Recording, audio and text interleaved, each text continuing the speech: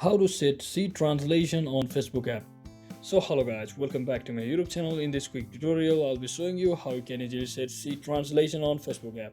So if you see all of the some posts where you need to see the C translation option, and if you don't see such options, then that might be case because the translation sets C translation on your Facebook app might be disabled. So to simply enable it, you just have to click on your profile icon at the top right corner and scroll down until you see the settings. So just tap on this settings and open the settings just like this.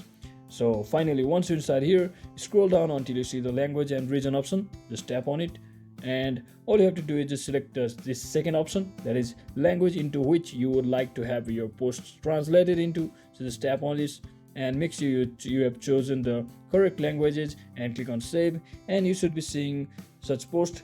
If you see the post in other languages, Facebook will automatically show you the C translation button on your post, and just like that you can easily translate that particular post. So I hope this video was helpful guys. If it was, don't forget to like and subscribe to the channel. See you on the next one.